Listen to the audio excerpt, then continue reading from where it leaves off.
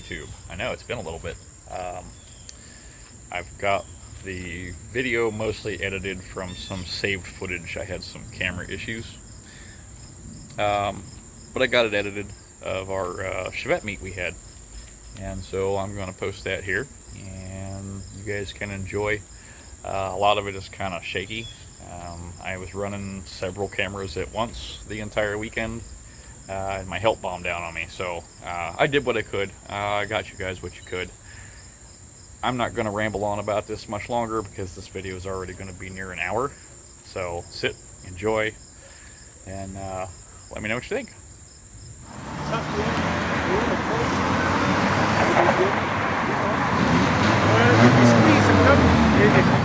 This is probably going to be a year we're going to have to pack them in.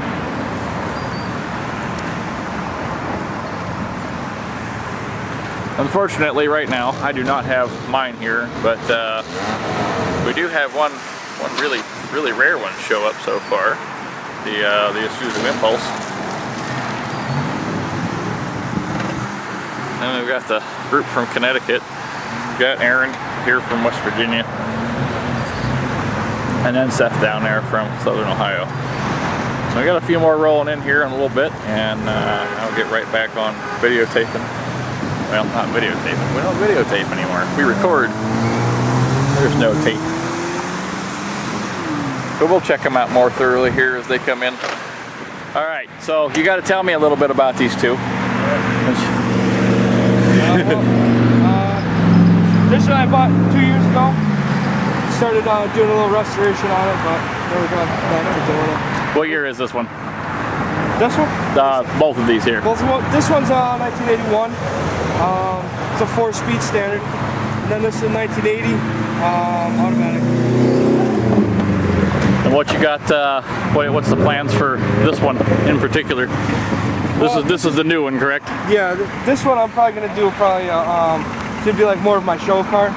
I'm gonna have this one, and then my two-door that I have at home, I'm probably gonna do something with. Nice. But I'm sure we'll see a little bit of that at some point here. Absolutely. Now, is that the one you brought last year? Yeah, that was my. Okay. Yeah, my.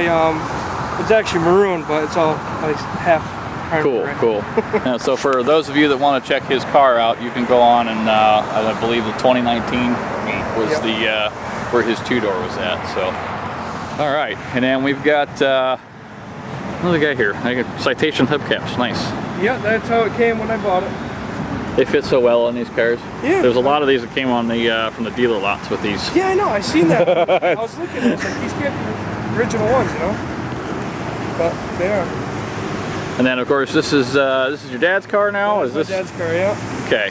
This one we bought right in Thompson, Connecticut. The lady had it up in Maine. Her father passed away. We messaged her and went over there and took a look at it.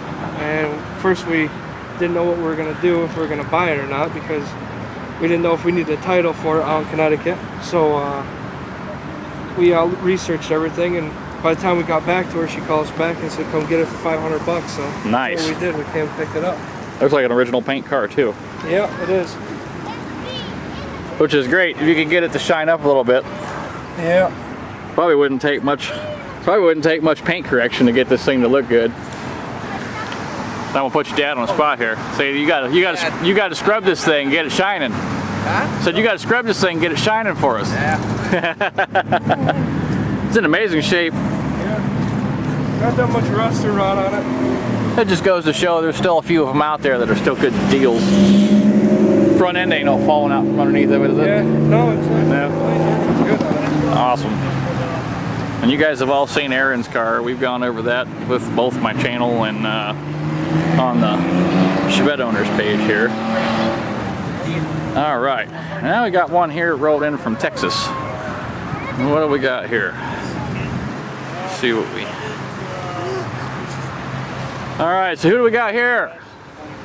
Introduce yourself and tell us a little bit about your ride you got here. Talking beef? Yeah.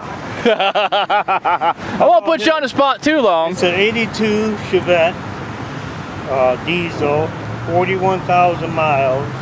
I'm the third owner, all original. Nice, nice. Put I took out the airbox and put a filter in. Honestly, I didn't even hear it rattle coming in. I didn't realize this was a diesel coming in. Yeah. And then I come from Michigan. Nice, nice. How was the drive down? Not bad. Not I hit down? some traffic and that. And then Steve Hoskins Yeah. he got this running for me. Nice, I nice. had it 3 years, didn't know what the heck I was doing. All my buddies are mechanics. You tell them a diesel, they're saying no. So Keep the finally, timing belt maintenance on this thing, and everything's new with it. it's in I great have shape. 3 years to just work on it. I replace almost everything. Well, the nice thing is you still have a headliner board to work with in here. Yeah, I didn't know the guy wanted $250 to put one up. Yeah. I didn't know that was. I only went to one place. He's right around the corner. And That's actually pretty reasonable for having a headliner redone. Oh, is it? It gets more expensive when they have to redo the board, and it's not hard to do, but it's easy to screw up. Yeah. Plus, there's a couple areas there where you're supposed to pull the glass, the seal back where the glass is at, and glue it down underneath of it. And I read something about that. sometimes it's better just to pay somebody to do that. I agree. Well, we'll get back around to checking this out a little bit more here in a bit. Get down here. All right, it's Mr. Seth. Why don't you tell us? And I finally brought a T-body. I know, finally. This guy has been showing up to my meets, and he brings everything except for a Chevette-related product. T-body. It's got a Chevette axle. This is about as Chevette as it gets, as far as the Isuzu goes. Yeah. I think really, honestly, the only thing I've seen on this that is anything like a Chevette is the rear axle. Yeah, And front it has suspension's this. very similar, but it's not quite the same. But it has struts on the front. Right. It's got struts on the front, but it's Chevette rear end. It's a lot of the same parts, but It's very. This is very loosely Chevette related. Yeah.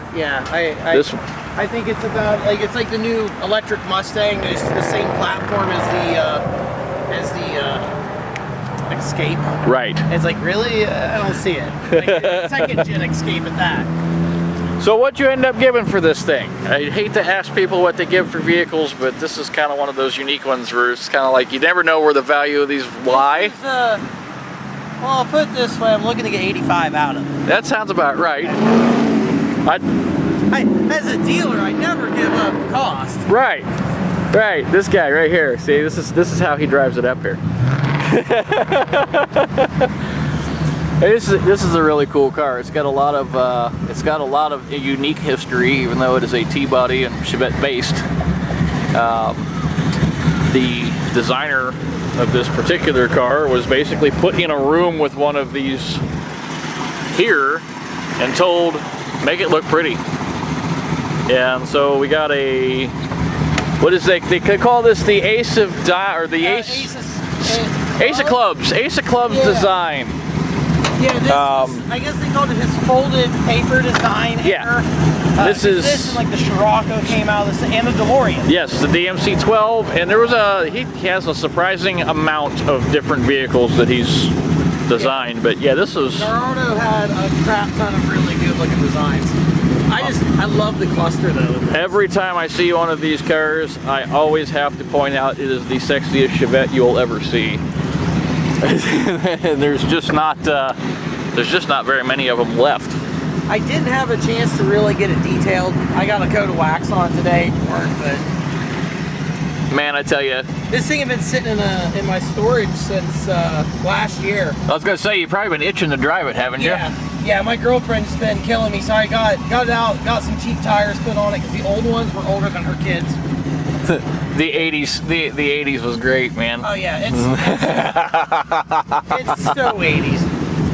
And I'm absolutely loving 80s fuel injection.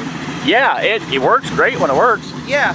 Like on the way here, the check engine light turned off and it ran perfect. Like the last half hour here. On the way up, every time I let off the gas, it's like, is it gonna stall? Is it not? What's it doing? Wow, and it's amazing because I sit in this car and I feel like I'm in a Chevette, but it's got extra room in places my Chevette doesn't have.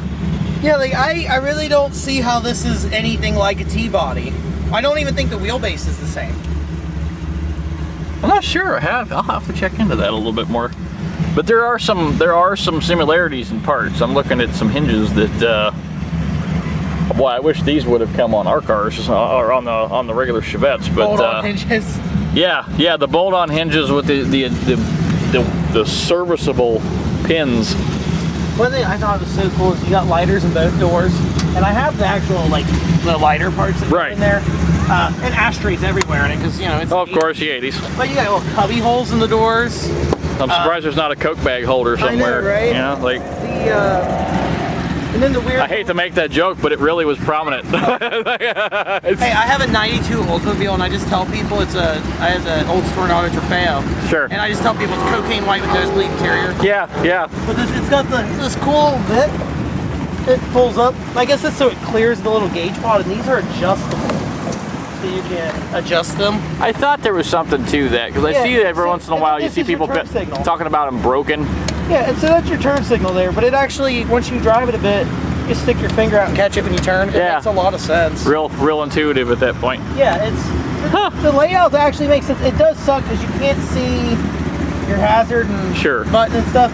And then once you get used to this side, really the only thing the wheel hides is the temperature adjustment. Yeah. But it does have automatic climate control. That's what it looked like from my vantage point too. Was it looked like it was just hiding the temperature side. Yeah, so. like it hides a little bit of stuff, but it's not bad. But yeah, one owner car out of Florida, 66,000 miles. Somebody sent me a link to it on. Somebody sent me a link to the Craigslist ad for it down in Florida, and I contacted the guy. And luckily, I did because within a half hour of contacting the guy, it showed up on the Rad Report. Nice. It's one of the top 10 posts of the year on the Rad Report. That's cool, man. Yeah, Aaron was like, dude, so you bought the Chevette, or you bought that thing? I'm like, yeah. Well, that's sweet. That's sweet. So we'll see a little bit more of this over the weekend. Are you going to be up here for Saturday and Sunday? And Sunday, yeah, sweet.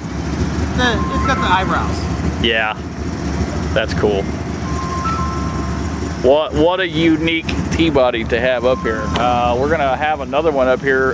Charles, with his from Brazil. Oh, really? He just got off the on-ramp. The Brazil guy? Yes, he's here. So I hadn't heard any more about that. I was like, did he die of COVID? Nope. Nobody's died of COVID, and we're just gonna wait on everybody else to. That's a cool story. I think that he's gonna be here at that. All right. Now we have the first officially imported Brazil Chevette. This is a born and bred Brazilian car sharing the same name and platform. A lot of similarities, but there's a lot of differences.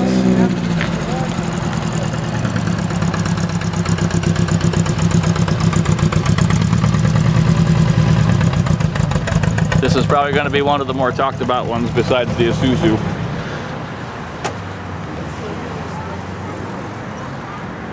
Charles, how's it going, buddy? Hey. Glad you guys made it. How was the drive? Not bad. This thing is everything I imagined it to be in person. It's great. Now, is this is not an original paint car, or is this an original paint car? Or Mixture. Mixture, okay. It's original color with some body work done to it. Okay. Because I was looking at a couple of the places on there that stuck out. I'm like, looks like a little bit there, but otherwise it's great. I'm shocked. It's so cool to see.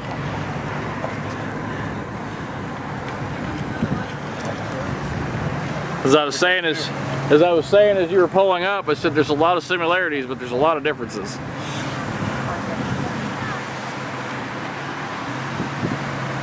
It looks like Alexandria and Tim have made it. We are still waiting on our friendly franchise owner, Mrs. Drummond, to show up here so we can get the party rolling, but we're also still waiting on people to show up here. So in the meantime, we're going to go over this. Now this is a 1981, correct? 80. Okay. And 4-speed, 1.6, 1.4. Boy, I'll get this right. I will.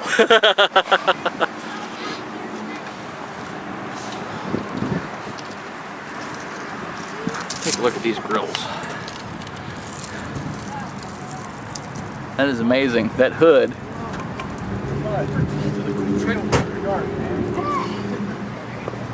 There's the difference in the front end right there, where the fender comes around, where ours don't.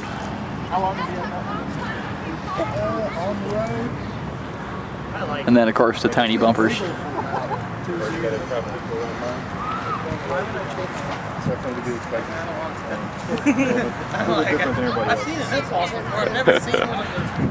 Now, their interiors tend to be a little bit better laid out than ours. I love this dashboard. I'd almost be willing to import a dashboard just to put it in one of my American cars.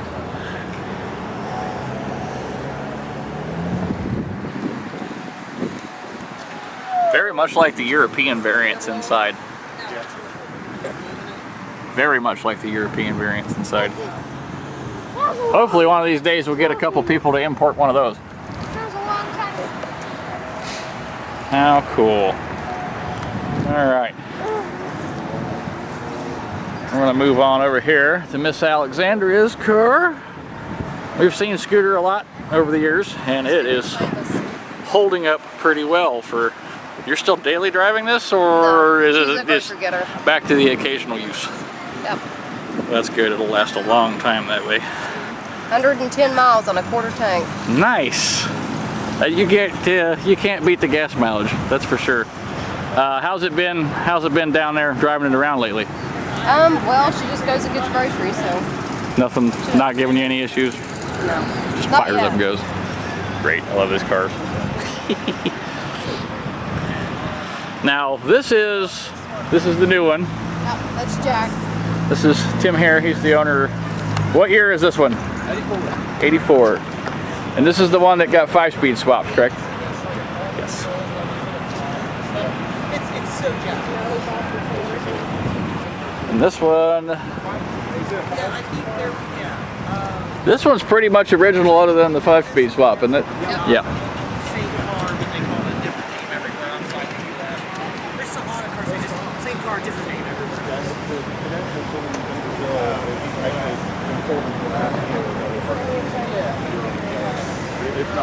And we'll be getting a few of these made for this year and sending out to the attendees. There's some things that weren't done on time this year that will be addressed. Mostly the meat stickers and things.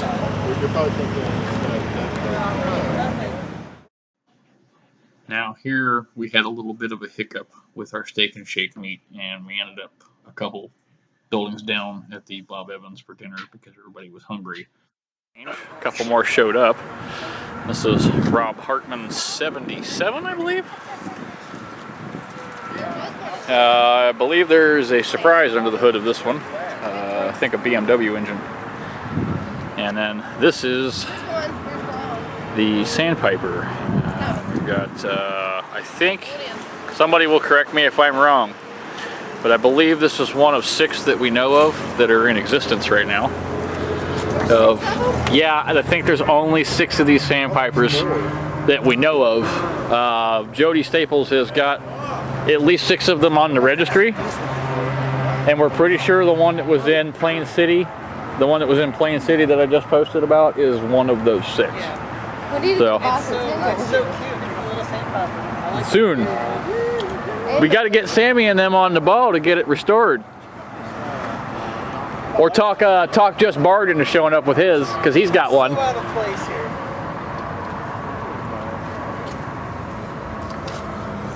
Very unique car, 1 year, 77 only.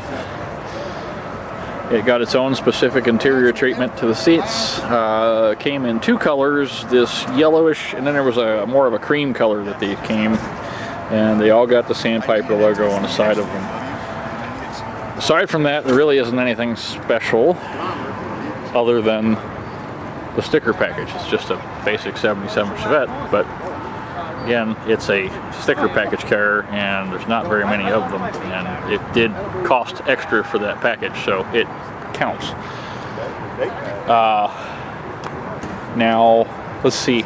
Now, Rob, This is the BMW powered one? Okay. I wasn't sure. I started to get it on the cam here, and I was like... His seats, I like the plaid seats.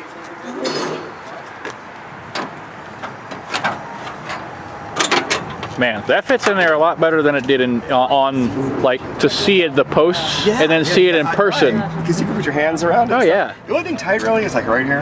I think But I did shove it back a little bit. I think this fits in here better than it fit in the BMW. Fuck the BMW. What is it with these things and having engine swaps and then being easier to work on after the fact? This thing hadn't worked on it. I put this engine, I haven't done shit to it. This thing has never not started. I put probably 20,000 miles on it. It seems like it's my daily driver. It seems like every time I swap an engine in one of these, when it goes in, it's easier. It's always easier to work on than either the car it came out of or in the Chevette specifically. Right. I kept the diagnostic connector here. I did everything, you know. I mean, granted, we know that you don't have to yank the engine on a Monza or a Vega to change the spark plugs if it's a V8. No. But boy, is it tight. Yeah, it's tight. But you can still put a small block Chevy in this thing, and it's easier to do the tune-up on. Right. And it's a smaller car. Well, it's because you're leaning in. I know it's weird. It's just Malibu. Yeah. Good Lord. Oh, that dashboard fits in there like. That's a factory, yeah. Yeah, that's good stuff. I love that. Joint venture with BMW and Chevette. I love the plaid seats make it. With the color, the plaid. That's I thought so. I perfect. saw that, and I said, I saw the material, and I said, I'm gonna do it. That's I didn't have perfect. the money for the back, so I'm gonna do them next year or something. But Yeah, well, a little bit at a time. I wanted them done right, so I paid the money. Cost more than the whole car, but that's all right. Right. No, they're Chevette seats. Oh, you just have recovered. Just recovered, yeah.